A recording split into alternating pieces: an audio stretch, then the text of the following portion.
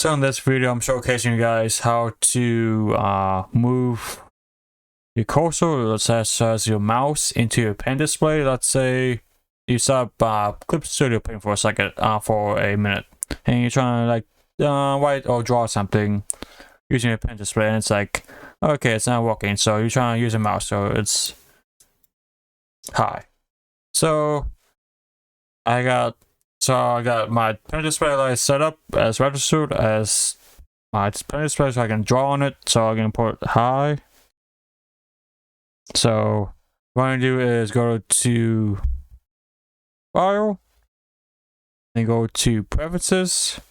Then you want to go to the tablet section, and you want to do is go say using display service. You got Ring Tab, that is your mouse, and you got a tablet PC. That's basically your pen display. Drawing tablet if you don't have a pen display. So you want to click on that, and then you want to press OK, and there you have it for your drawing display, pen display, like your drawing tablet. So if you don't have a non-working display, you want to go to Preferences, hit that tablet PC, and you have it for your display.